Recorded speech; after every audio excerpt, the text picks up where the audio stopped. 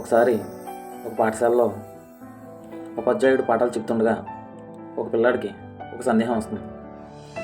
ఏమనంటే, గురువుగారు, దేవుడికి మనం పెట్టే నైవేద్యం దేవుడు తింటాడా? తింటే అయిపోదు కదా, అది అలాగే ఉంటుంది కదా, ఇంటికి మరి దేవుడికి నైవేద్యం పెట్టడం అని అడుగుతాడు. ఉపాధ్యాయుడు ఏమి సమాధానం చెప్పకుండా పాఠాలు చెప్తూ ఉంటాడు. పాఠాలు చెప్పిన తర్వాత ఒక శ్లోకం నేర్చుకోమని చెప్తాడు. కొద్దిసేపు తర్వాత ఆ ప్రశ్న అడిగిన కుర్రోడి దగ్గరికి వెళ్ళి, ఏది శ్లోకం నేర్చుకున్నావా చెప్పు అని అడుగుతాడు.